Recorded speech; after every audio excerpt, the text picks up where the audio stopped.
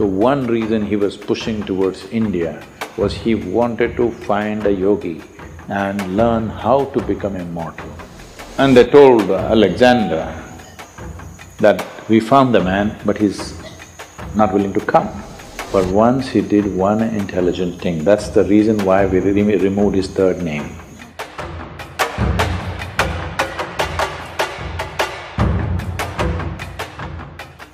See, Alexander, in our history textbooks, school textbooks, they said Alexander the Great. They only got the first name, the middle name, they missed out the last name. His name was Alexander the Great Idiot. But because it was too long, somebody left out the last name.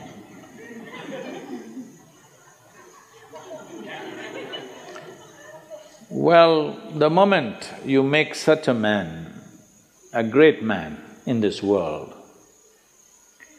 then in many ways you have just destroyed the future of humanity. Because from the age of 16, I think he died around 32 or 33, all he did was kill, kill and kill, without purpose. Going to new places and killing, going to new places and killing, saying, I have conquered this, I have conquered that. And he had gathered a band of young people from his native place who traveled with him to fight with him. Periodically, he executed one of them, just accusing them of something. You know, always somebody would be betraying a tyrant like that, and the tyrant is always fearful that somebody may plot against him. So, something they will discover and say, he did it, and a public execution of him will happen. He was very close to you, he traveled with you, everything, but you just kill him so that everybody else is in line. Periodically, he killed one of those people who were very close to him, just to set an example. This is the kind of man he is. He is death all the time, but he doesn't want to die. He wants everybody to die, but he doesn't want to die. So one reason he was pushing towards India was because between ancient India and Greece there has been lots of transaction in terms of mathematics, geometry, yoga. There is a linga in Delphi which is considered as the navel of the earth because it was consecrated as Manipura chakra.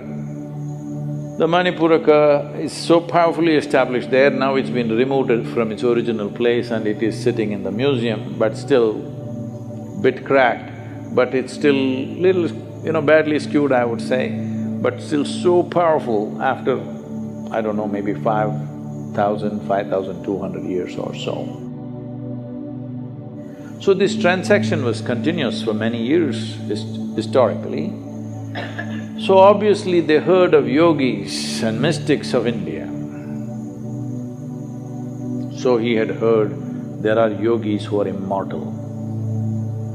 So one reason he was pushing towards India was he wanted to find a yogi and learn how to become immortal. So then when he came close, when he crossed, I think Hindu Kush mountains, he crossed, right? He crossed the mountains.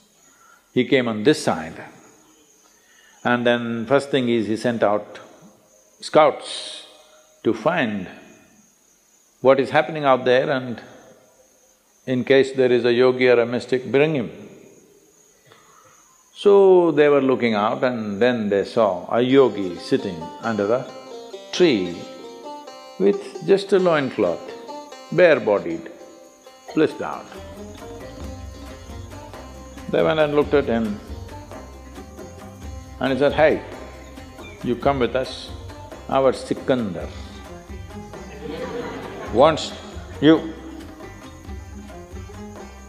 If you do not know this, even today in Afghanistan, many people take this name Iskandar or Sikandar.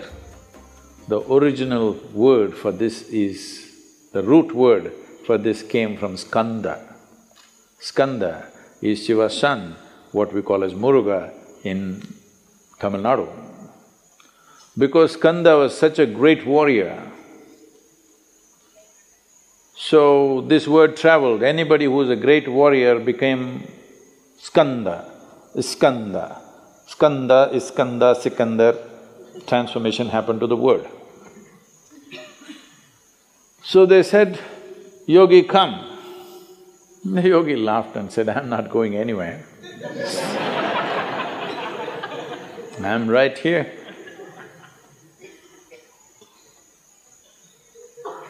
Then they pulled out their swords.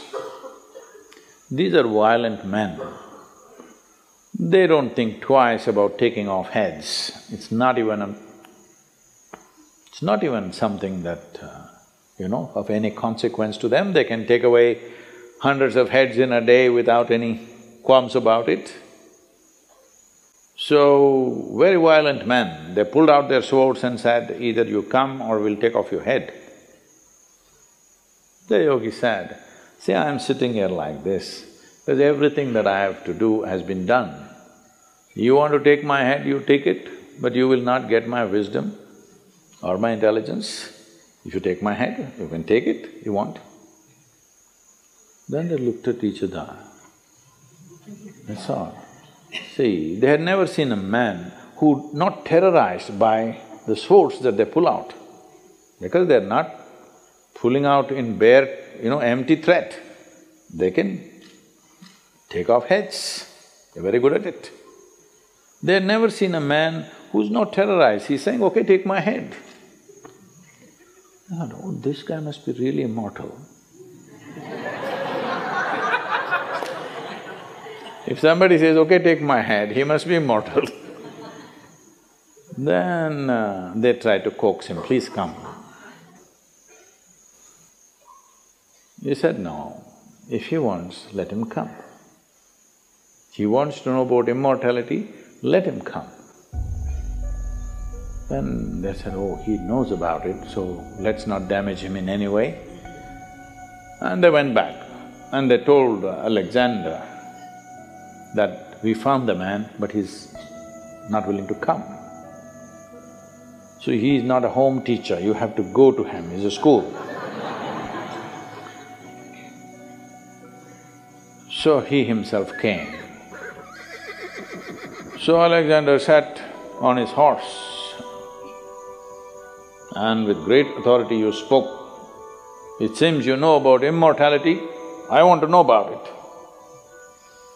The yogi looked up at him and said, first get off that stupid horse. You sit on an animal which is less intelligent than you and suddenly you become like this. You see, I don't know, the moment people sit on a horse, somehow they think they're something. If you manage to ride an animal which is far more intelligent than you, then something. You ride a dumb four-legged animal, poor thing doesn't like to carry you, but what to do?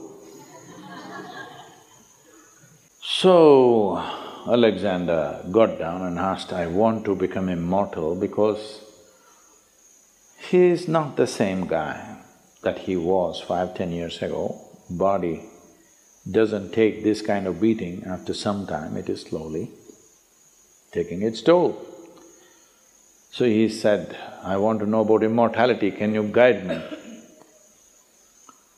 So the yogi looked at him and he knew no amount of talking to him is not going to go anywhere. He said, yes, if you want immortality, this is the way.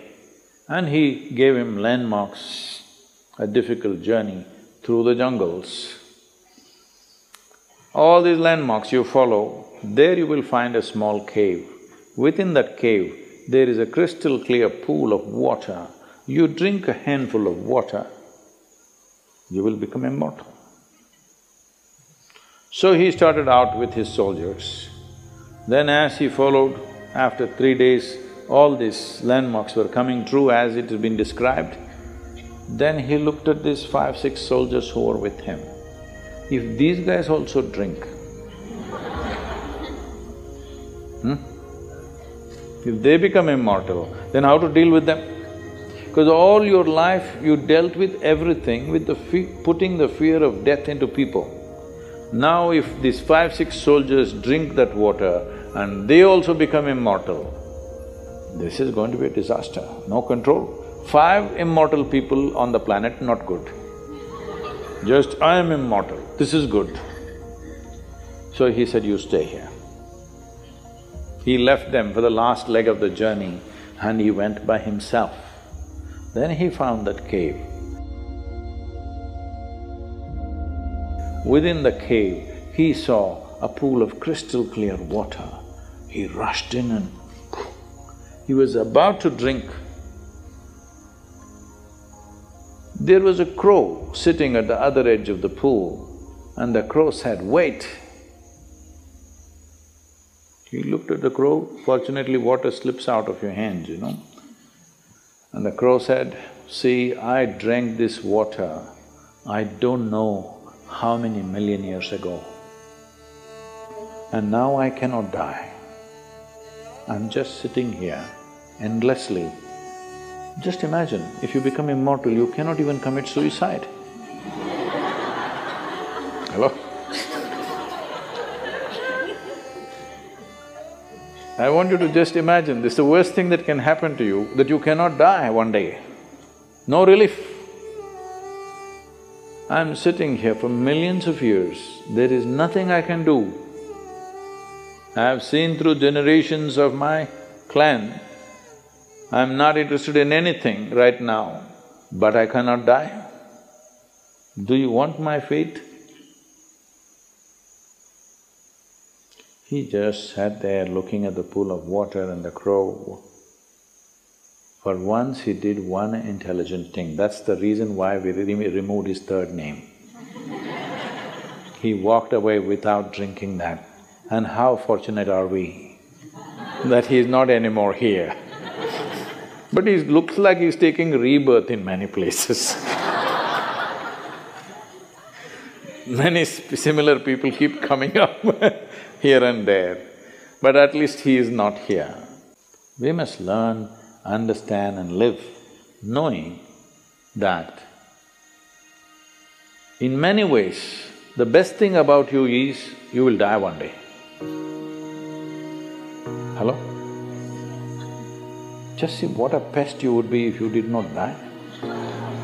Hello? Well, you must live a full life. Whatever is the fullest potential, you must live that. But you must die when it's time, isn't it? Huh?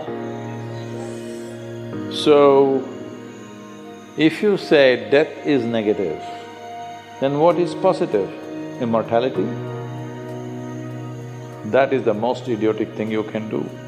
Even an idiot like Alexander had the intelligence not to drink that water. So, it is very important to understand yoga is not about eternal life. Yoga is about sensible life.